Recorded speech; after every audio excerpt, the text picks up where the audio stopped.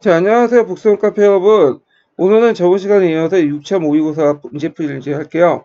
자, 1번 문제 볼게요. 다음 조선시대 때 편찬된 미추신 책의 명칭을 쓰고 이 책의 의의를 서술하시오. 이렇게 있거든요.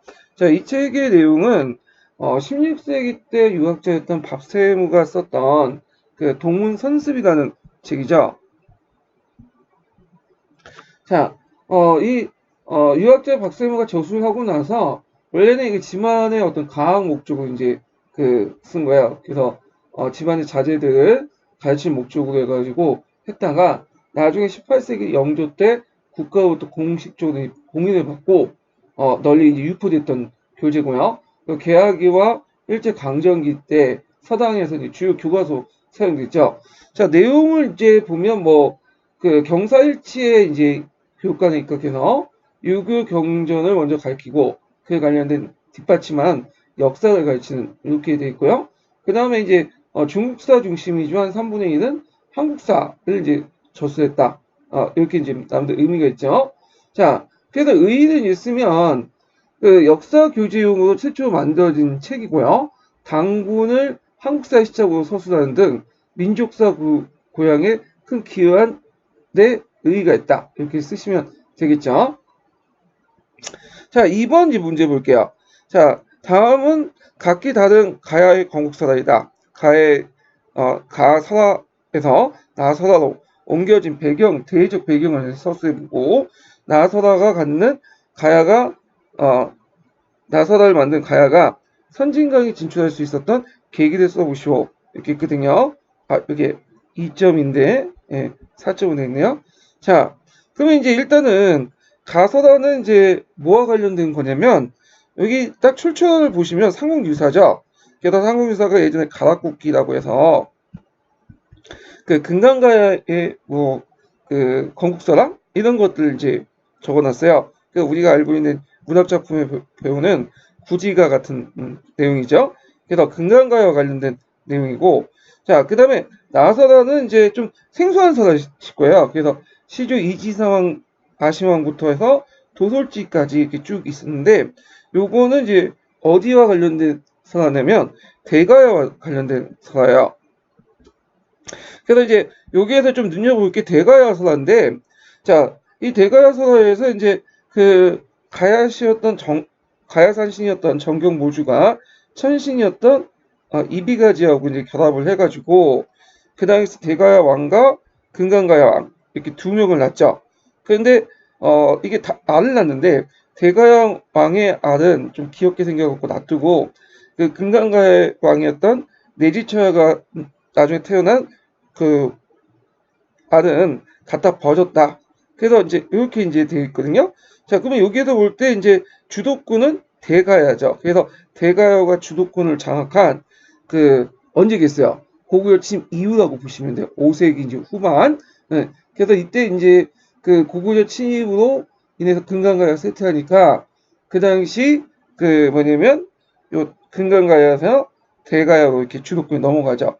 그래서 금강가야 주도권은 이제 정기가야 연맹이라고 하고 나는 후기가야 연맹이라고 하죠. 자, 이렇게 주도권이 바뀌었다. 이렇게 좀 기억을 해두시면 되고요. 자, 달가가 이제 성진강 진출했었던 계기가 뭐냐?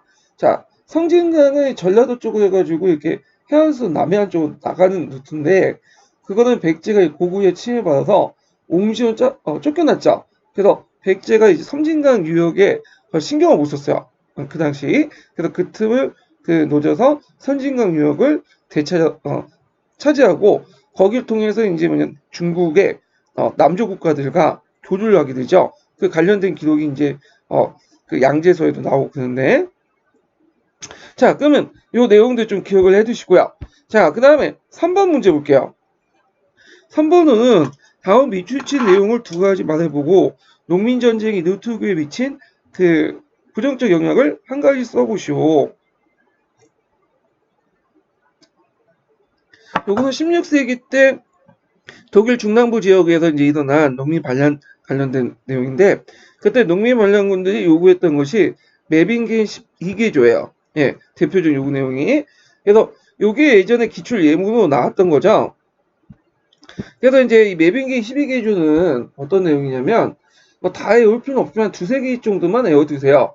농노제 폐지, 봉건적 부담의 경감, 10분의 1세 교회 착취의 경감 및 폐지 등등이 있고, 그 다음에 이 농민전쟁이 루트교에 미친 부정적 영향을 써라. 자, 여기 밑에 보시면, 여기 아래 보면, 루터는 처음에는 농민에게 호의적 태도를 보였죠. 자신이 이제 농민의 자식이다. 근데 일찍이 농민에 대한 지배를 개선하지 않으면 사람들은 피로써 손을 씻게 될 것이라면서 봉건제도에 경고를 했어요. 근데 이제 농민들이 이제 기세가 이제 올라가고 농민들이 요구하는 것이 이제 뭐 그 신화앞에 모든 사람이 평등하다 이렇게 주장하면서 신분제를 부정하고, 뉴트가 이제 신화앞에 모든 사람이 평등하다는 거는 죽은 후에 사후의 세계지 현실의 어떤 권력 관계에서 평등하다는 거 아니죠. 그리고 이제 그러니까 뉴트가 이제 좀 그 당시 제후에 어떤 지원을 받고 있었으니까 이제 이때 태도가 돌변돼서 농민은 이제 두들겨 패야 된다. 말 안 듣는 사람은 두들겨 패라. 자, 이런 식으로 말을 하죠. 그 농민들부터 지지를 상실하게 돼요.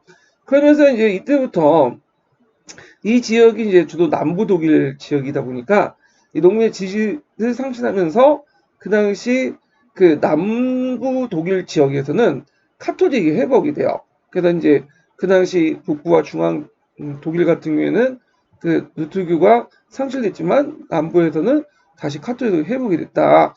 이렇게 이제 기억을 해주시고요.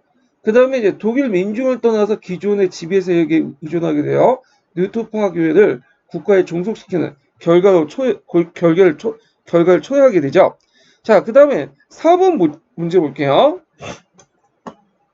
다음은 홍보14조의 내용의 일부다. 밑줄진 기획의 지방간제 개편 내용을 서술해보고 이때 교육개혁 내용을 세 가지 서술해보시오. 이렇게 했거든요.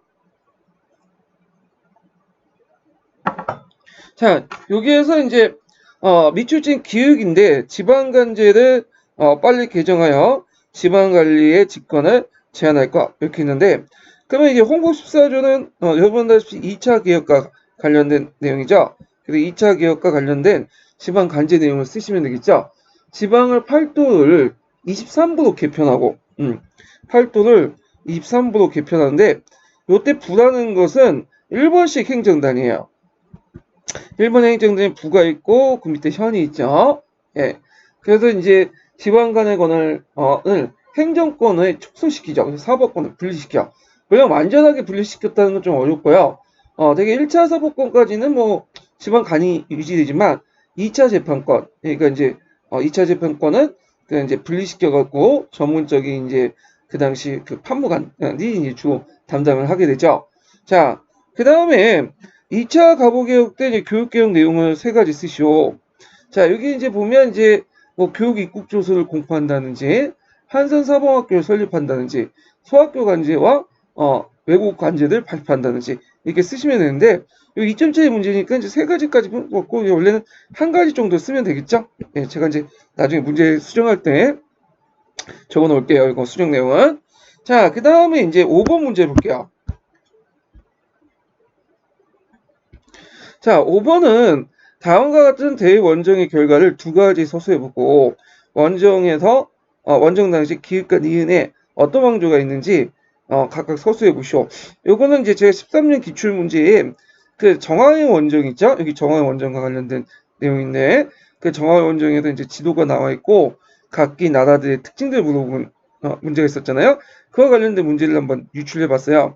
해갖고 정을 해봤는데, 자, 다음과 같은 대원정 결과 두 가지. 일단 정화의 대원정의 이제 결과, 조공국이 확대되고요. 그 다음에 동남아시아 하교의 진출의 기본을 마련했다. 이렇게 쓰시면 되겠죠. 정화의 대원정은 그 당시 이제 영락제가 자기 아버지였던 홍무제의 그런 조공무역, 그 공무역 체제를 확대시켰다고 보시면 돼요. 그래서 주로 이제 홍무제 같은 공무역 체제를 아시아 지역에서만 한정됐죠. 동아시아 지역. 근데 이제 영락제 같은 경우는 동아시아 지역뿐만 아니라 동남아시아, 인도, 저쪽 아프리카 지역까지 확대시켜 나간 거죠. 그래서 이제 이 조공무역 확대되면서 조공국이 확대됐고요. 이걸 기반으로 동남아시아가 하교 진출하는데 기반을 마련했다. 물론 예전에도 이제 동남아시아 좀 진출했지만 이걸 통해 본격적으로 진출했다고 보시면 돼요. 참고로 중국에서는 그 동남아시아 지역으로 중국인들이 가는 거를 뭐냐면 안 좋아했어. 그래서 해금력을 계속 내리고 가지 말라고 했는데 계속 갔죠. 왜냐면 이제 그 당시 못 먹고 못 살았으니까. 초등이 강동성 지역 이때나 복건성 일대 사람들이 이제 주로 동남아시아 갔고, 지금 동남아시아 경제권은 학교들이 다 장악하고 있죠. 자, 그래서 이제 여기 쭉 내용들 여러 나라가 있는데 월남이라는 나라가 있어요. 그럼 그 당시 월남은 어떤 나라가 있었냐? 자, 이건 레왕조가 있었죠. 레왕조. 네, 그 당시 명나라가 잠시 이제 초창기 때 그 월남 지역, 베트남 북부 지역을 장악했지만 다시 이제 레왕조가 이제 그걸 회복을 했죠. 레왕조. 그 다음에 이제 여기 시암이라는 것은 오늘날 타이죠. 타이. 자, 타이에는 그 당시 아유티아 왕조가 있었어요. 아유티아 왕조. 예. 자, 그다음 6번을 볼게요. 6번은 가와나는 독일의 19세기 때 독일의 제국헌법이다. 그래서 가야헌법을 제정할 때 정치체제 논쟁을 내용을 말해보고 기획의 독일 제국의 구성 방안과 관련된 정치 입장을 어떤 정치적 입장을 대변하고 있는지 쓰시오. 그 다음에 나에서 A에 들어갈 말을 쓰고 니은과 디귿의 통해서 알 수 있는 실제 국정 운영 방법을 서술해 보시오. 이렇게 했거든요. 자, 일단은 요 가는 프랑크푸르트 제국헌법이죠. 예. 그 다음에 1849년에 이제 만들어졌던 거고요. 나는 이제 통일한 후에 독일 제국헌법이에요. 자, 그래갖고 이제 이렇게 이제 보면 가헌법을 제정할 때 정치체제 논쟁 내용, 요때 정치체제는 이제 프랑크푸르트 제국회의에서 모였던 자유주의자들은 두 가지 논쟁을 했죠. 공화제를 할 것이냐, 군주제, 입헌군주제를 할 것이냐, 이런 문제인데, 결국 입헌군주제를 선택을 했죠. 나중에 이제 비에름 황제한테 바쳤지만, 거부를 했지만요. 자, 그래서 이제 이렇게 있고, 그 다음에 두 번째 문제가 독일 제국의 구성 방안과 관련하여 어떤 정치적 입장을 대변하는 것을 쓰시오. 독일 제국은 현재까지 독일 연방의 영역으로 구성되어 있다. 이거 예전에 한번 14년도에 그 대독일주의 관련된 내용을 냈었잖아요. 그걸 좀 약간 번역을 했는데, 이거 대독일주의 쓰시면 안 되죠. 이걸 뭐 쓰시면 소독일주의 쓰셔야 돼요. 소독일주의. 거기서 이제 기출문제 14년 기출문제 같은데 거기에 한번 비교를 해보세요. 대독일주의와 소독일주의 할 때 독일 연방의 영역, 독일 연방이 그 표시가 여기 아니 제가 독일을 잘 못해서 그런데 이게 아니라 이게 아마 그 대문자 D일 거예요. 그래가지고 독일 연방이 이렇게 독일어 쓴 거는 이게 좀 약간 그 소독일주의에서 요구하는 독일 연방하고 좀 구별하기 위한 거죠. 그래서 오스트리아에서 요구하는 독일 연방은 비인회의 결과 만들어진 그러니까 비독일어까지 포함되어 있는 거죠. 오스트리아 나머지 지역까지. 근데 여기에서 이제 독일 연방은 오스트리아를 제외한 독일 연방이에요. 그 자세한 내용은 제가 이제 기본 강의 시간 했으니까 그 내용은 이제 읽어보시고요. 들어보시고 자, 그 다음에 A에 들어갈 말을 쓰고 니은과 디귿을 통해서 알 수 있는 국정 운영 방법. 자, 제국법의 제정은 연방위와 그 다음에 양원제로 구성되어 있었죠. 여기 들어갈 곳은 제국위예요. 제국위. 그래서 연방위에는 이제 일종의 칙선위원이나 각 연방의 그 국가들에 있는 대표들이 모여서 만든 의회고, 제국위에는 만 25세의 이제 남자들로 위해 선거를 통해서 뽑은 의회죠. 그래서 이제 일종의 연방의원 상원, 그다음 제국위에는 하원 정도 되죠. 자, 그래서 이제 있고, 그 다음에 니은 디귿을 통해서 알 수 있는 실제 국정 운영 방식은 자, 연방의회 위장직과 업무 감독은 제국 수상의 소관이며 제국 수상은 황제가 임명한다. 뭐 비스마르크 요 당시 비에는 1세 정도 되겠죠. 그 다음에 이제 제국의회의 임기는 3년이다. 임기 중에 제국의회는 해산하려면 연방의회가 결의해야 되고 황제가 동의해야 된다. 자, 여기에서 이제 두 개 조항에서 이제 알 수 있는 거는 일단 국정의 최고 책임자는 누구냐? 후이센 총리가 임명되는 그 당시 이제 제오다는 것은 그러니까 국정을 장악하는 것은 후이센 총리가 그 당시 임명한 재상이고 그 황제이며 그 당시 재상은 의회가 아니라 황제에게 책임지고요. 그 다음에 그 당시 황제는 위의 상권을 갖고 있다. 이렇게 쓰시면 되겠죠. 그래서 이렇게 좀 기억을 해두시고요. 이게 답이 좀 잘못됐는데 좀 고쳐주세요. 프로이센 황제가 임명하는 재상이며 재상은 의회가 아니라 황제에 책임진다. 황제가 의회 상권을 갖고 있다. 이렇게 해야지 답이 맞을 것 같아요. 예. 프로이센 황제가 임명되는 재상이며 그 재상은 의회가 아니라 황제에게 책임지며 황제는 의회의 해상권을 갖고 있다. 예. 이게 답안을 좀 수정을 해주시고요. 자, 그 다음에 7번 문제를 보면 제가 아까 잠시 또 봤는데 제가 그 답이 맞네요. 예. 6번 문제의 답을 제가 컨트롤했잖아요. 답을 이제 수정을 해주시면 될 것 같아요. 제가 그걸 좀 약간 순간적으로 이해를 못해가지고 얘기하는데 국정을 좌우하는 것은 토요일생 총리가 임명되는 재상과 황제이며 재상은 의회가 아니라 황제에게 책임지며 황제의 위의 선권을 갖고 있다. 이 말은 뭐냐면 이게 정확하게 이제 국정을 좌우하는 건 토요일생 총리가 임명되는 재상이라는데 이때 토요일생 총리가 그 당시 연방의 재상을 그냥 겸직을 하고 있고요. 여기서 끊어줘야 돼요. 그 다음에 황제이며 그러니까 그 후에이센 총리와 총리 겸 연방회의 재상과 황제이며 이런 뜻으로 해석하는 게 맞을 것 같아요. 예, 그러면 맞아요. 그래서 재상은 의회가 아니라 황제에게 책임지며 황제는 의회 상권을 갖고 있다. 이렇게 이제 해야지 그 문맥상 맞는 것 같아요. 예, 수정을 좀 다시 해주시고 원래 이제 수정하고 있던데 제가 이거 보니까 서계 문제 좀 예매하게 돼 있어갖고 재상을 끊어야 되는데 그 부분을 이제 총리가 재상을 겸직했다라고 이해를 해주시면 맞는 것 같아요. 자, 그 다음에 이제 7번 문제 볼게요. 자, 다음은 수업 협의에서 박 교사와 김 교사가 나눈 대화이다. 가와 나에 들어갈 적절한 말을 써보고 그의 의미를 서술해 보시오. 그리고 가를 통해서 알 수 있는 총괄적 설명의 유용성을 한 가지 제시해 보시오. 그래서 이제 박 교사가 수업에서 7세기 신라의 외교 관계를 설명할 때 총괄 개념을 도입해서 설명하고 있는데 학생들의 반응이 좋습니다. 총괄적 설명은 어떤 방법입니까? 자, 이거 예전에 기초에 한번 언급했던 거죠. 총괄적 설명은 인과관계를 설명하는 게 아니죠. 역사적 사건을 익히고 있는 인간의 뭐를 강조하는 설명 방식입니다. 자, 이때 이제 가에 들어갈 것은 뭐냐면 내적 동기죠.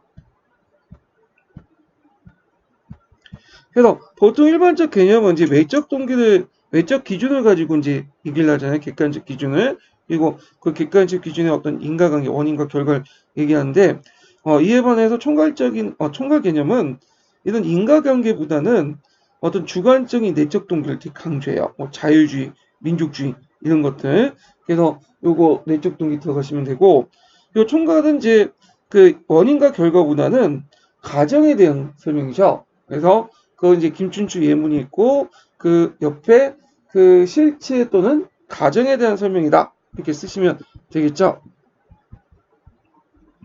자, 그래서 이제 있고 그러면 총괄적 설명은 일반화 일종이라고 할 수 있습니까? 예, 일반화라고 볼 수 있지만 그 제한된 일반화죠. 예, 그 모든 것을 다 포괄하는 일반화가 아니라 제한된 일반화다. 그래서 이제 여기에서 물어보는 제한된 일반화는 뭐냐? 자, 일정한 시대나 장소라는 전제 조건과 예가 발견되지 않는 분류안에서 일반화 이렇게 이제 보시면 되겠죠. 그 다음에 가를 통해서 내적 동기 있잖아요. 내적 동기 측면에서 그 총괄적 설명 유형성을 한 가지 쓰시오. 총괄적 설명의 유형성 쓰는 문제는 예전에 많이 나왔죠. 그 중에 내적 동기는 이제 알므로써 어떤 유형성이 있느냐. 자, 학생들 하여금 과거의 구체적인 모습을 되살리고 과거 사람들이 생각하고 행동했던 방식을 이해할 수 있다. 이렇게 이제 할 수가 있죠. 과거 사람들이 과거 사람들의 과거 사람들의 생각하고 행동했던 방식을 이해할 수 있다.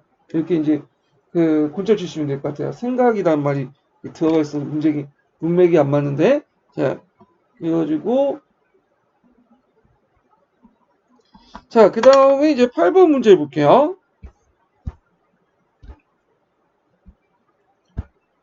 자, 노총의 유견에 대해 가와 나 사이의 사료와 관련된 인물들 공통된 비판을 한 가지 써보시오. 그리고 나 역사서가 지닌 사관과 편찬 체제의 구성 요소를 네 가지 쓰시오. 이 사료의 사학삭정 의의를 한 줄이내 쓰시오. 이렇게 했거든요. 자, 여기에서 이제 가를 보면 연호를 세우고자 하는 청함은 우리 임금을 높이는 정성에 근본한 것이니 태조와 강종이 연호를 세우는 일도 있고 신라와 발해도 그렇습니다. 이렇게 있는데 연호 사용에 대해 상당히 호의적이죠. 그래갖고 이런 내용도 있고 나는 연호에 대해서 뭐예요? 상당히 비판적이죠. 그래서 그 예를 버풍왕 때 연호 사용 것을 상당히 이제 문제가 있다. 어떻게 신라 같은 나라가 이런 것들 사용하냐 이렇게 있는데 자 그러면 이제 요때 간은 누구냐면 윤간의 아들인 윤원이야 관련된 내용이고요. 나는 김부식이 삼국사기에 대해서 연호 사용의 비판 내용이에요. 예.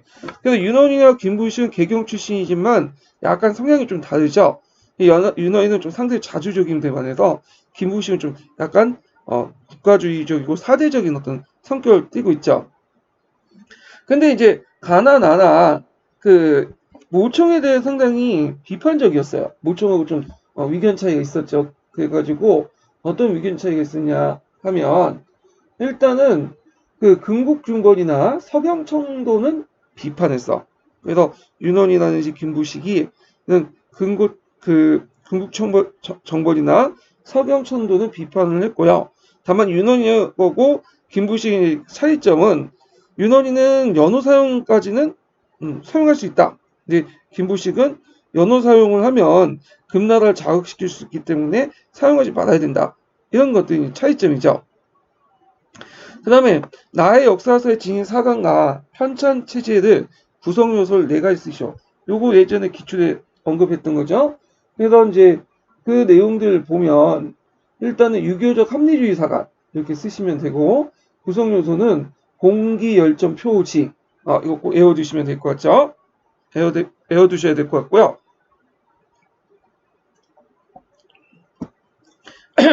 자, 이 사료의 사학삭적 의의를 한 줄 이내로 서술해 보시오. 삼국사기죠. 그래서 삼국사기 같은 경우에는 사학삭적으로 현존하는 제일 오래된 역사서다.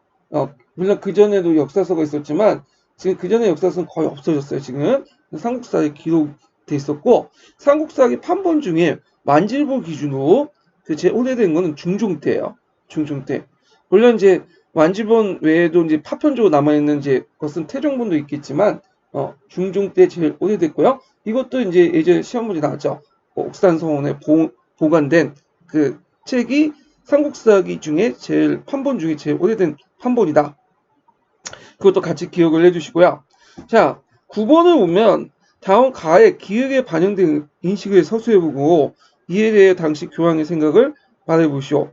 그리고 나와 관련된 협약의 명칭을 써보고 그 다음에 이 협약의 영향을 세 가지 써보시오. 이렇게 했는데 자 여기 보면 가는 지극히 너그러운 황제 하인이 3세이기까지 유럽 각국의 성직 매매나는 악습이 있었음을 해도 모르는 이가 아무도 없다. 신은 그동안 선대 황제께서 내기를 꺼리하셨던 걸 지금 황제에게 하사했다. 그래야 성스러운 로마교회는 그의 손치소 혼란에 빠져나오게 되었고 이제 어느 누구 그의 동의 없이 교황청의 주교로서 선택할 수 없게 되었다. 자 여기에서 이제 가와 관련된 인식 내용을 이제 보면 일단은 그 내용을 이제 보면 국왕은 지상에서 신의 목자라는 왕권 신정론이니까 그래서 국왕이 서인권을 갖는 것은 당연하다. 야, 그래가지고 황제 입장에서 이제 얘기를 한 거죠. 하인 3세가 그 서인권을 갖는 건 당연히 주장을 한다. 당연한 거다. 이렇게 있고 그에 대해서 이제 교황에 대한 반박은 뭐냐? 베드로 후계자인 교황이 황제를 가난하고 때에 따라서 파문과 폐해를 처할 수 있다. 이렇게 이제 그 하죠. 그래서 황제를 가난하고 이렇게 써야 되겠네요. 예. 이것도 못하네요.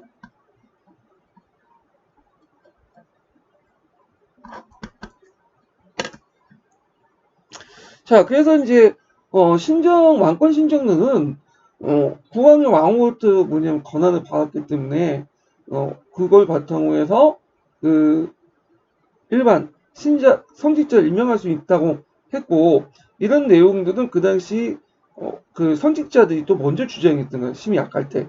근데 어느 정도 이제 힘이 세지면서, 그 당시 이제 교황이었던, 어, 그리고 7세 같은 사람은, 이제는 거꾸로, 베드 후계자 교황이 황제를 가난하고 파문과 폐위를 처할 수 있다 해서 하인 사세를 파문시켰죠. 그래서 그 하인 사세에 관련된 내용은 이제 비판을 했던 거고, 가는 이제 일단 그에 대한 황제의 생각이고, 그 다음에 교황의 생각을 또 같이 쓰시면 되겠죠. 자, 일단은 나는 이제 부엄수업학이고요. 그래서 성의권 문제를 뭐냐면 그 합의를 받죠. 그래서 그 서의권 그 합의 내용에서 일단은 황제가 성직자 임명권을 포기하고 교황이 임명하고요. 황제가 이제 성직자 임명권을 행사할 때는 성직자로서 임명권을 행사하는 게 아니라 성직자 제후와 관련된 부분만 인정하고 임명할 수 있죠. 그리고 또 주교를 이제 선출할 때 거기에 참석을 할 수 있고, 서로 논쟁이 있을 때는 여러 이제 후보자들이 있을 때는 최종적 선택권을 갖고 있다. 이런 것들이 부흥수 협약의 주요 내용이고요. 협약의 영향 같은 경우에는 주교 선출 기준이 엄격해졌고 교황권이 강화되어 교황이 그리스도 세계의 최고 권력자임을 인정받게 됐다.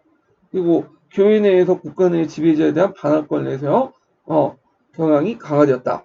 그래서 이제 이런 내용들 교회 내에서나 국가 내에서 지배자에 대한 반환권을 내세우는 것이 경향이 강화되었다. 자, 이거 같이 이제 기억을 해주시면 될 것 같고, 자, 10번은 이제 그 피해에 관련된 사고 유형 방식이에요. 그래서 가는 이제 기술적 사고 방식이고요. 나는 설명적 사고 방식이죠. 그래서 가의 이제 사고 방식의 이제 특징은 이전에 혹은 별도로 획득한 경험이나 개념에 참조 없이 단지 개별 사건과 형상들 부분 서로 관련진 것들을 초동에 일반하지 못하는 사고, 구체적 사고기에 이제 해당하고, 어떤 사물이나 형상을 접했을 때 내용 지배적 사고 방식이죠.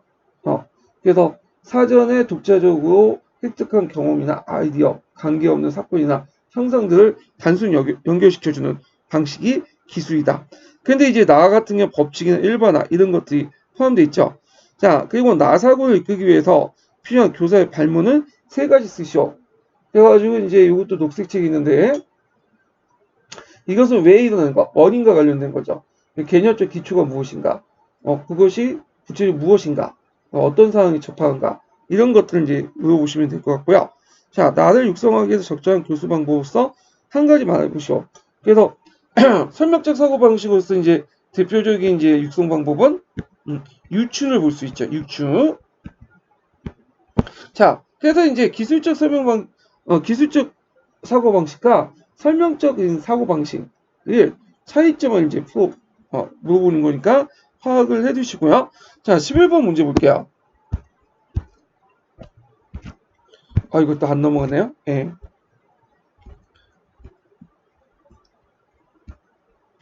자, 다음 가와 나에 들어갈 말을 각각 써보시오. 네가 말한 가의 의미를 서술해보고, 그 다음에 나에서 역사적 행위를 어떻게 인식하고 있는지 말해보시오. 그 밑줄친 부분 관련된 네 가지 내용을 말해보시오. 자, 역사에서 감정이입을 따라 재구성하는 데 몇 가지 전제가 따른다. 자, 일단 몇 가지 전제부터 얘기를 해볼까요? 자, 몇 가지 전제와 관련된 내용이 예전에 한번 나왔죠. 그래서 니의 그 감정이 전제 조건 있는데, 일단은 첫 번째가 뭐냐면 과거인들의 생각은 현재인과 다르다는 그런 거고, 두 번째는 그 우리는 과거 사람들의 공통된 인간성을 공유하고 있다. 보편성이고, 셋째는 과거의 생활 형태는 역사가 자신의 계통적으로 관련되어 있다는 거 보고, 네 번째는 과거 사람도 비록 우리 입장으로 때는 합리적이지 않지만 목적 상황 수단에 맞게 합리적으로 행동한다. 이렇게 쓰시면 되겠죠. 자, 그 다음에 니의 감정이입이 이제 네 가지가 이제 나오는데, 일단 가에 들어갈 것은 그 힘있고 성취로서 감정이입이죠. 그 다음 절제로서 감정이입, 그 다음 마지막으로서 성향으로서 감정이죠. 그래서 주로 이제 강조되는 건 성취로서 감정이입이고, 그 다음에 성향으로서 감정이입은 보조적인 것들이죠. 그러니까 특정한 증거가 없을 때 보조적으로 이제 하는 것이 성향으로서 감정이입니다. 이렇게 이제 보시면 될 것 같아요.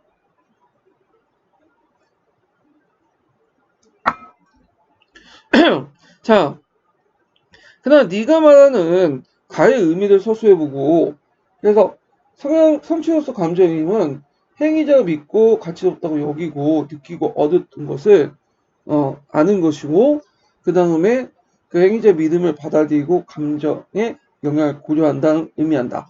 그래서 이때 이제 행위자의 믿음을 받아들이고 감정의 영향을 고려한다는 것은 꼭 그거를 공감한다는 얘기는 아니에요. 예, 객관적 증거를 통해서 그런 것들을 있다는 걸 이해한다. 그런 거죠. 자, 그래서 이런 것들 이제 쓰시면 될 것 같고, 니의 감정이입은 시험 문제 나올 것 같긴 해요. 예. 자, 12번 문제 볼게요. 자, 12번 문제는 미공법과 관련된 내용이죠. 자, 한번 보면 다음 미국의 원조로 의해서 한국에 발생했던 산업 세 가지를 말해보고 농산물 원조로 인해서 농촌에 미쳤던 부정적 영향을 서술해 보시오. 그리고 가에 들어갈 자금의 명칭을 써보고 나의 기속재산 불화 과정에 어떤 문제점이 발생했는지 기술해 보시오. 일단은 이제 미국이 미공법에 의해서 인용 농산물 제공하면 이승만 정부는 이걸 이제 그 어디에 파냐면 국민들이 갖다 팔아요. 재정 확보하면 요게 특별한 계좌를 만들었는데 이걸 대충 자금이라고 해요. 그래서 대충 자금을 뭐 바탕으로 무기도 구입하고 그다음 주한미국 유진비도 주한미군의 주둔비죠. 주둔비도 되고 그렇게 하죠. 자, 그러면 이때 미국 원조 등에서 한국에 발생했던 산업 세 가지 예전에 한번 기출 언급했죠. 저 소비재 관련된 내용으로서 모두 그것이 하야타해갖고 300산업이다 그죠. 재분, 재당, 연방지원 이렇게 있고요. 재분은 밀가루, 재당은 설탕, 연방지원은 면화 이렇게 있고, 그 다음에 농산물 원조로 인해서 농촌에 미쳤던 부정적 영향을 서술해 보시오. 그래서 부정적 영향 같은 경우에 국내 농산물 가격이 하락하고 농가 수득이 낮아졌으며 값싼 그런 연화나 밀 같은 것들이 들어왔기 때문에 그죠? 연화나 밀 생산이 타격을 받았다. 예. 그 농민들이 도시의 이주와 실업자가 되었다. 예, 도시 이주해서 실업자가 되었다. 이렇게 이제 쓰시면 되겠죠. 그 다음에 이제 대충자금 꼭 여기 보면 기속재산 부과 과정 있죠. 예. 기속재산이 있는데 기속재산이라는 것은 요거는 이제 일제가 남겨줬던 동산과 부동산 이걸 얘기하죠. 특히 이제 부동산이에요. 예, 그래서 기업이라든지 그 다음에 또 이제 여러 토지들 이런 것들 기속재산, 좀 적산이라고 하는데 이걸 이제 분할하는 과정에서 정경유착이 나왔어. 그래서 그 당시 기속기업체들이 산업자본과 기속기업체들 그 정경유착을 통해서 기속기업체들을 산업자본의 재벌로 성장하였다. 이렇게 이제 보시는데 이건 정경 유치할 때 기속 기업체를 인수한 산업자본까지 재벌로 성장했다. 답안을 좀 이렇게 건쳐 주시면 될 것 같아요. 자, 그 다음에 이제 뒤에 넘어가서 B형 문제를 풀어볼게요. 다음 미추홀진 사건의 명칭을 쓰고 이 사건이 일어나게 된 무죄의 정책을 서술해 보시오. 자, 다음 미추홀진 사건은 서진말에 재앙 사마경이 군대를 이끌고 있는데 서진시대 때 이제 재앙들끼리 싸웠던 난이 파랑의 난이죠. 예, 파랑의 난과 관련된 난이고요. 야, 파랑의 난이 왜 일어났냐? 그 전에 무제 때 이제 사마시 일종을 재앙으로 봉하고 지방 군부의 병력을 통솔하게 됐어요. 그러니까 무제는 일종 어떤 생각을 했냐면 왕실을 강화시키기 위해서 그 종친 세력들을 좀 약간 군대를 줘야 된다. 강화시키기 위해서. 종친들을 강화시키고 그들에게 군대를 줌으로써 위급할 때 황실을 도와줄 수 있도록 그러니까 울타리 역할을 해줘야 된다. 그런 생각을 했는데 종친이라는 것은 황실을 보호해주는 역할도 있지만 일종의 그들에게 군사권을 줌으로써 또 황실 위협하는 어떤 양날의 칼 같은 성격을 갖고 있거든요.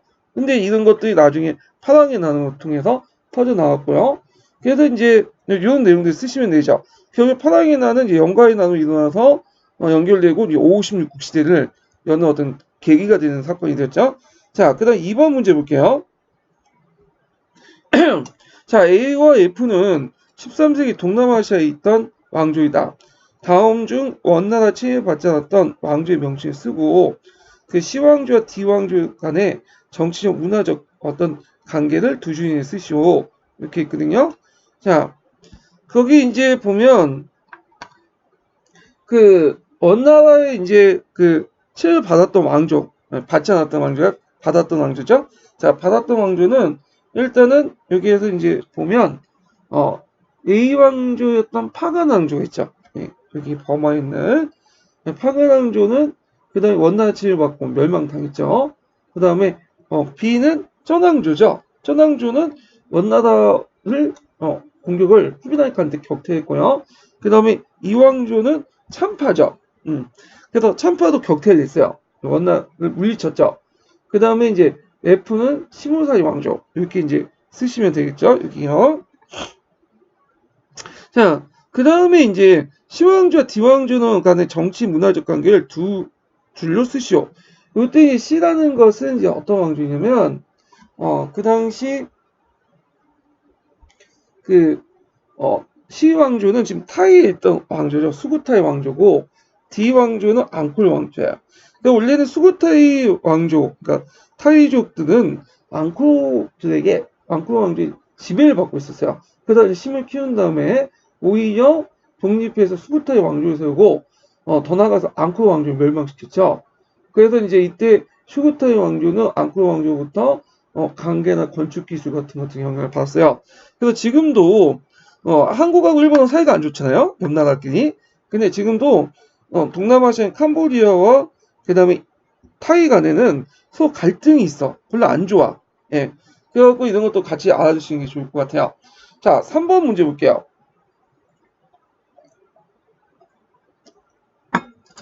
자, 3번은 가에 들어갈 내용 조직 방법의 명칭을 쓰고 이 조직 방법의 문제점을 한 가지 서술하시오. 그리고 가해 조직 방법의 유용한 점을 기획과 니은의 측면을 쓰시오. 이렇게 있는데 요거는 이제 간지역적 접근 방법이죠. 그래서 간지역적 접근 방법은 종전의 문화권적인 어떤 방법, 서구 중심 문화권적 방법을 비판하고 서로 간에 이제 교류를 통해서 형성된 이런 부분을 부각시켜서 내용 조직하는 방법이 간지역적 방법이죠. 요번에 기출문제 나왔는데 그럼 간지역적 방법의 문제점이 뭐냐? 자, 일단은 지역이나 문화권, 국가 단위의 일관성 있는 이해하는데 간접 접근방이 효과적인 틀이 되기 어렵고요. 그다음에 외부적 요인에 의해서 움직이기 때문에 그 내재적 발전 이해하기 어렵다는 거 그런 것들. 그다음에 역사의 변화의 동력을 이해하는데 균형적인 시각을 제공하지 못한다. 그래갖고 이제 외부적인 요인과 내부적 요인을 같이 이제 해야 되는데 그걸 제공하지 못한다. 좀 기억을 해두시고 그래서 이 간지역적 방법을 극복하기 위해서 이제 비교사적 방법이나 문화권적 방법을 같이 이제 해야 되겠죠.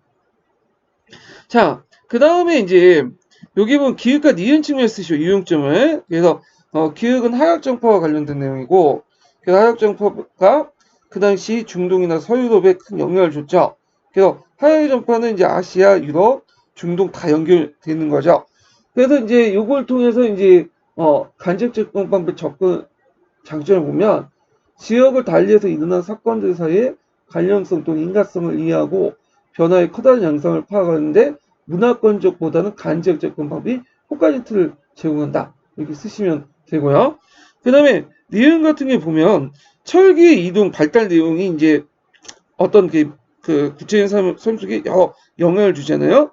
자, 그래서 이걸 저희 서아시아, 인도, 중국, 북아프리카, 중앙아시아, 유럽 등의 이런 철제 제조 기술이 어떤 다양한 문화를 만들게 되고 이런 것들이 또 여러 변화를 불러일으키는데 자 이런 걸 통해서 이제 인류 전체가 겪었던 공통된 경험을 중심으로 인류사 전개의 큰 그림을 그리는데 도움이 될 수 있고요. 그 다음에 비교사적 관점에서 지역별로 비교해 분석해서 다면적이고 다양한 경로를 통해서 세계사적인 어떤 전개 과정을 이해하는데 큰 도움을 준다. 이렇게 쓰시면 되겠죠. 서로 비슷비슷한 것 같지만 갈색색이 있는 내용이기 때문에 그냥 외워두시는 게 나을 것 같아요. 그래서 장점 물어볼 때 그냥 물어보면 괜찮겠지만 예문이 주어지고 이렇게 물어보면 요 갈색책 내용을 인지한 다음에 이렇게 쓰시면 되는데 이렇게 이제 파악을 해두시면 될 것 같아요. 자, 그다음 문제 4번을 볼게요.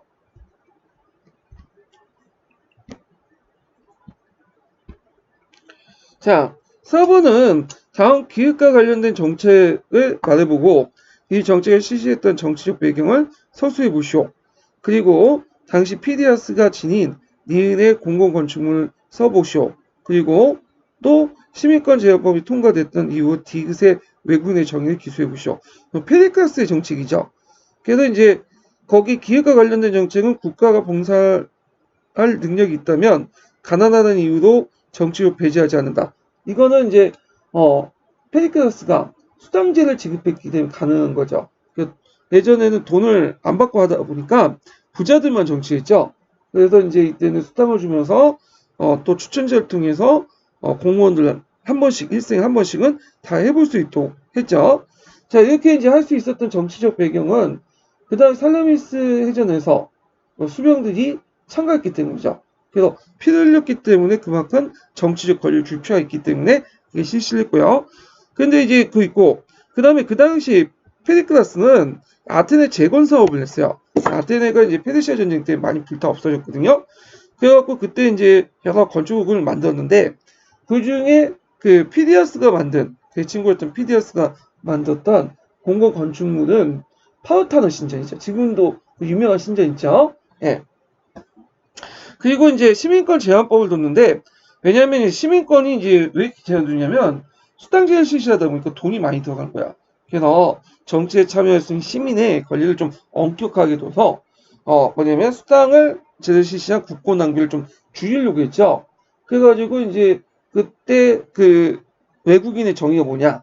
그러니까 우리처럼 이제 유럽이나 일본이나 뭐 동남아시아 이런 사람들 외국인이라고 하는 게 아니라 같은 오랫동안 몇 대 동안 아테네 살아도 부모의 시민권자 아니거나 한쪽만 시민권자일 경우에 외국인 이렇게 정리했죠. 그래서 이런 정책 때문에 파르타르의 이것 때문에 페리크라스 자신도 손해를 보죠. 제일 반대했던 사람도 그 사람인데 그건 뭐냐 그 자식이 외국인이에요. 그 부인 자체가 이제 아테네 시민권이 없다 보니까 그런 건데 자 뭐 이렇게 해갖고 시민권을 축소시킴으로써 아테네 시민을 좀 약화시키는 그런 문제점을 또 불러일으켰어요.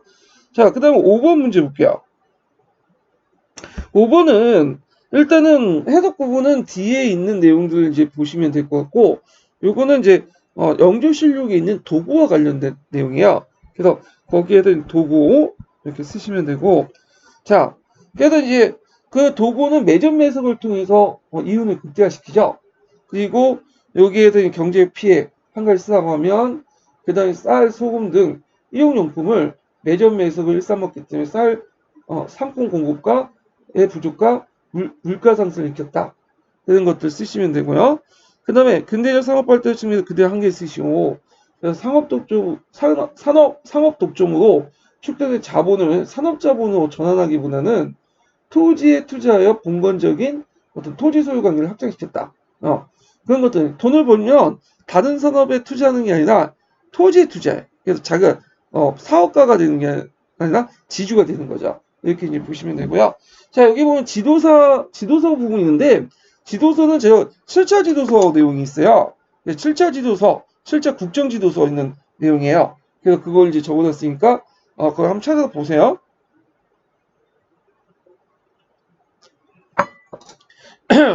자, 그 다음에 6번 문제 볼게요. 자, 6번은 이제 뭐와 관련된 내용이냐면 연성자치운동과 관련된 내용이 있어요. 그래서 연성자치운동 예전에 시험문이 나왔는데 20년대 이제 그 큰 군벌이 아니라 북양 군벌이 아니라 지방의 중소 군벌들이 시민들과 학생들과 연합해서 주장했던 게 연성자치운동인데 자 요때 이제 A에 들어갈 것은 연성자치운동이고요. 그래서 요때 연성자치운동은 각성이 성헌법을 제정해서 자치정부를 수립한 후에 민주적 성정개혁을 통해서 군벌 간의 내정을 종식시키고 연방정부 형식의 통일국가를 유지하는 정치운동이고요. 자, 그리고 기획을 이끌었던 나의 발언의 인물 쓰고 북방의 한직전쟁이 일어나니까 남방의 월군이 강동으로 들어와 이렇게인데 월군은 강동군을 얘기해요. 강동의 지방 군벌을 얘기하죠. 이 강동군의 이제 수장이 누구였냐 하면 진영명이라는 사람이 있어요. 진영명. 그래서 한때 이제 손문하고 그 제2차 강동군 정부를 또 이끌긴 했거든요. 근데 이제 손문하고 제2차 강동군 정부를 이끌었지만 좀 생각이 달랐어요. 예. 그래서 손문 같은 경우에는 이제 북번을 통해서 전국을 통일하고 했는데 진영명은 월인 치유도를 내세웠죠. 월인이 월인을 통치한다. 이때 월인은 강동이죠. 예. 그래갖고 강동의 자주권, 자치 이런 것들을 강조했죠. 그래서 강동의 자치와 근대적 계획을 추구하려고 했다. 결국에는 이제 진영의 쿠데타를 통해서 쫓겨났죠. 예, 손문이. 그래갖고 이제 손문이 이제 쫓겨나서 이제 상해나 그런 데서 이제 있을 때, 왜 쫓겨났는지 가만히 생각해보니까 자기가 군대가 없거든. 그래갖고 그때 이제 코미트 지원을 받아갖고 이제 군대를 만들기 시작해요. 자, 그래서 이렇게 있고 7번 문제 볼게요. 자, 다음은 어떤 운동을 비판하는지 말해보고 이 운동을 전개했던 경제적 배경을 한 가지 서술해 보시오. 그리고 이 운동의 의의를 써보고 밑줄친 내용을 고려해서 이 운동의 한계를 쓰시오. 이렇게 했거든요. 자, 여기에서 이제 뭐에 대한 비판이냐면 그 당시 물산 장려 운동의 비판이야. 물산 장려 운동 사회주의자들이 비판했죠. 그래서 그당 사회주의 그들이 이제 민족적이니 애국적이긴 하지만 실제로 그 당시까지 국사법을 사용했던 것은 일반 사람들이었다. 너희들은 고급 위스키를 먹고 일본 제품 쓰면서 지금 와서 무슨 물산 장려 운동 하냐 이렇게 이제 했는데 이건 물산 장려 운동을 비판했다 이렇게 쓰시면 되고 그럼 물산 장려 운동의 경제적 배경을 한 가지 보면 회사정이 폐지되면서 일본의 대기업이 조선에 진출하니까 조선의 민족자본은 그 당시 위기를 느꼈다는 거. 그다음 간세 면제 이런 것들을 이제 쓰시면 되겠죠. 그다음 그 운동에 의해 민족 경제의 자립을 통해서 근대적 발전을 추구하고 민족 의식을 높이는데 이바지했고요. 운동의 한계가 이제 민족자본 늘어난 수요를 감당할 만한 생산을 갖추지 못하여 새로운 회사나 공장의 성립을 제대로 이루지 못했고 결국 일시적인 수요 증가만 상품만 가격만 올려놓고 상인들만 이득을 챙겼다. 이렇게 이제 쓰시면 되겠죠. 그래서 이 밑줄친 내용에 이제 고려해서 이제 쓰는 이렇게 쓰시면 돼요.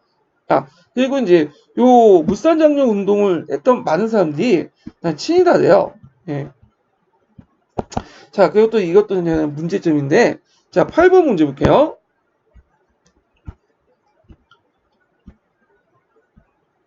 자, 8번은 어떤 문제냐면 그 예전에도 시험 문제에 나왔던 홍대영의 의선문답 내용이에요. 그래갖고 이제 요게 최근 홍대영의 의선문답 이렇게 쓰시면 되고 요때 이제 허자가 생각한 신혼의 반론 내용을 이제 쓰시오.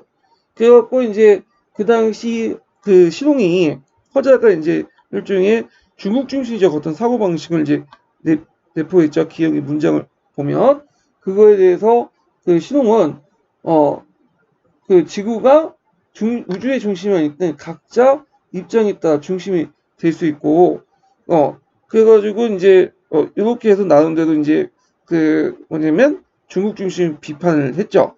그래서 니은이 이제 그 구체적 내용인데 이걸 이제 각각 쓰시면 돼요. 그래서 지구가 우주의 중심이 아니기 때문에 자기가 이제 중심을 생각하면 각자 이제 뭐냐면 중심이 될 수 있고 그리고 여기에서 이제 더 나가서 중국도 하나의 뭐냐면 우주나 우주에 보면 지구에 있는 아주 조그만 아주 미세한 먼지 같은 존재인데 여기 위에서 이제 각자 그 자기만이 중국만이 중심이라는 건 말도 안 된다. 그래서 각자가 자기 위치를 중심을 생각하면 그게 중심이다. 이렇게 이제 볼 수가 있죠. 그래서 이제 지구가 우주의 중심이 아니라 각자 입장의 중심이 될 수 있고 사대부의 어떤 중화사상 이런 것들을 비판했죠. 그래서 기획과 니은이 서로 연결돼 있으니까 좀 기억을 해두시고 이와 관련된 내용이 이제 그 기초에 자주 언급됐었어요. 예전에 한 10년 전에. 예. 자, 9번은 그 릴레이 정책과 관련된 내용이죠. 가와 나의 법안의 명칭을 각각 써보고 이와 같은 법들이 제정된 경제적 배경을 말해보고 법안에 반영되어 있는 경제 정책의 방향을 서술해 보시오. 그리고 당시의 미국 외교 정책의 어떤 방향 변화를 한 가지를 말해보시오. 이렇게 했는데, 자, 일단은 가는 전국 산업 부흥법이고요. 그러니까 정부가 나서서 각 산업별로 이제 조절하는 것. 그래서 공급과 수요를 조절하고 공급 과잉을 막기 위한 그 산업 정책이고요. 그 다음에 노하는 농업조정법이죠. 그래서 이것도 너무 공급 과잉하니까 그걸 정부가 나서서 공급을 쥐어주는 거야. 그래서 공급과 수요를 뭐냐면 맞춰주는 그런 정책들이죠. 그래서 정부가 직접적 개입을 통해서 경제에 어떤 활력을 불어넣고 어떤 수요와 공급을 조절해주는 그런 역할인데 이런 것들은 종전의 어떤 자본주의 시스템에서는 이해 못하는 행동이죠. 사회주의 요소를 받아들인 거죠. 그래서 이걸 수정자본주의 요소가 있다 이렇게 얘기하죠. 자, 그래서 이제 있고 그러면 이건 왜 했냐? 대공황 때문이죠. 대공황을 왜 했냐면 대량 생산에 비해서 낮은 구매력 때문이죠. 그래서 공장에서 막 찍어내는데 임금을 제대로 못 받고 있는 사람들이 많기 때문에 또 양극화가 심하기 때문에 그걸 이제 사는 구매력이 떨어졌어요. 그래서 창고에서 물건을 쌓아두고 식량을 쌓아두는데 그걸 먹을 수가 없어. 그래서 굶어 죽는 사람이 생겨나죠. 이걸 풍요 속의 빈곤이라고 하죠. 자, 그래서 이제 이런 것도 있고, 그 다음에 여기에서 이제 반영된 그 경제정책 방향, 아까 이제 얘기한 것처럼 정부가 직접 들어서 일자리도 창출하고 구매력도 높여주는 그런 정책을 했고, 대외정책 변화는 고립주의 포기하고 국제협조도 역점을 두죠. 그래서 그 당시 고립주의, 원료주의과 고립주의에서 국제협조 등에는 역점을 두고 뭐냐면 시장을 확대시키려고 했다. 예, 이런 것도 좀 같이 기억을 해두시면 될 것 같아요. 자, 그 다음에 이제 10번 문제 볼게요.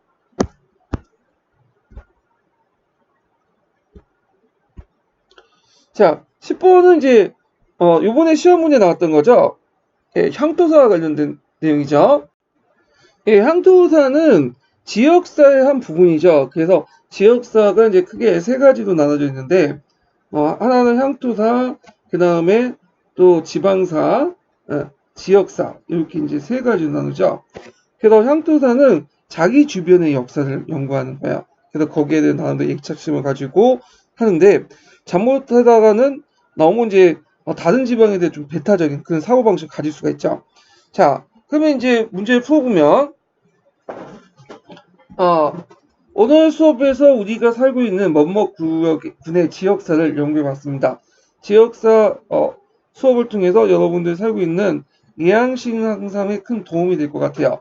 이 시간은 자신의 삶과 밀접하게 관련있는 공동체 역사를 배우는 것입니다. 자, 이때 예양심이니까 자기 지방의 역사를 살아가는 거니까 그건 향토사죠. 그래서 유용한 점은 자신의 관점에서 역사를 이해하고 해석하며 역사의 전개 과정을 능동적으로 참여할 수 있다. 이렇게 쓰시면 될 것 같고 문제점은 이제 자기 지역의 정통이나 고유성을 강조하다 보면 객관적 역사를 인식하기 어렵다. 예양심을 가지고 역사를 서술하거나 공부하다 보면 자기 미화에 흐를 수 있다. 이렇게 쓰시면 되죠. 이게 제가 이제 요번 연도에 시험 문제 냈어요. 모의고사에. 근데 그대로 나왔더라고요. 예. 그 간지역적 접근 방법이나 향토사나 이런 것들 냈는데 학원 모의고사는 그렇게 한두 문제 맞춰도 그냥 막 부각시킨데 제 거는 맞춰도 그냥 넘어가는 것 같아. 예. 자, 하여튼 이렇게 있고 가와 나는 이제 들어갈 만한 이건 예전에 기출에 언급됐던 걸 이제 다시 이제 한번 집어넣는데 인문지휘서를 통해서 얻을 수 있습니다. 그래서 지역사 연구의 자료로서 성중 때 작성한 인문지휘서가 뭐고 그 다음에 이게 5일장 옛길 통원권 및 문중주식도 나도 유용합니다.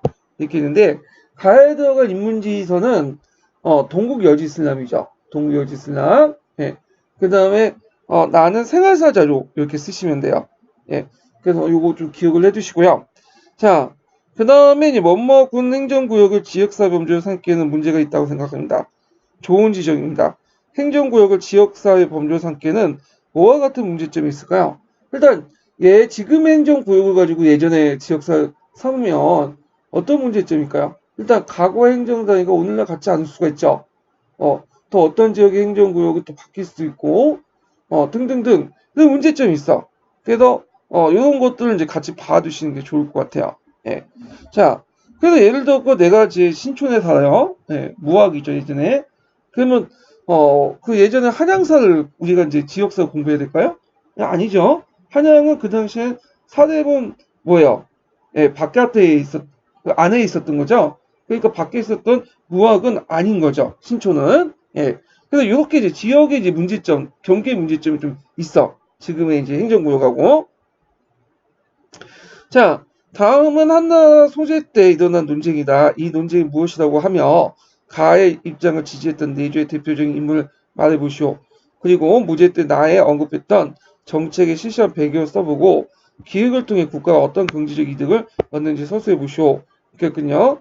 일단 가와 나는 이제 논쟁은 염철 논쟁이라고 하죠. 염철 논쟁. 그래서 염철 논쟁은 무죄 때 염철에 관련된 전매제가 과연 좋으냐 안 좋으냐 이런 폐지 여부를 그다음에 무죄가 죽고 나서 소재 때 그 논쟁을 했던 거예요. 그래서 이제 이걸 이제 염철론이라는 책을 한간한 사람이 썼는데 지금 여기 기록이 남아 있는데 그래서 이 시기적으로 소재 때이지만 실제로는 무죄 때 정책 염하고 소금하고 철의 전매제에 관련된 논쟁이에요. 자, 그러면 이제 보면 일단은 이제 여기에서 그 가 내용을 이제 보면요. 제가 듣건대 백성을 다스리는 길은 지나친 안락의 근원을 방지하고 도덕의 단서를 발전시킬 때 있으니 상공을 억누르고 인의의 성향을 하여 군주가 이익을 중시하지 않는다면 모범을 보인 연후에 백성들의 교화가 이루어질 수 있고 민간의 풍습을 선량하게 만들 수 있다. 요거는 주로 이제 누가 문학들 유학을 전공하는 그런 선비들이 주장했죠. 젊은 관료들이 이렇게 했고 이들을 지원했던 사람은 각광이라는 사람이야. 그 당시 내조의 실권자죠.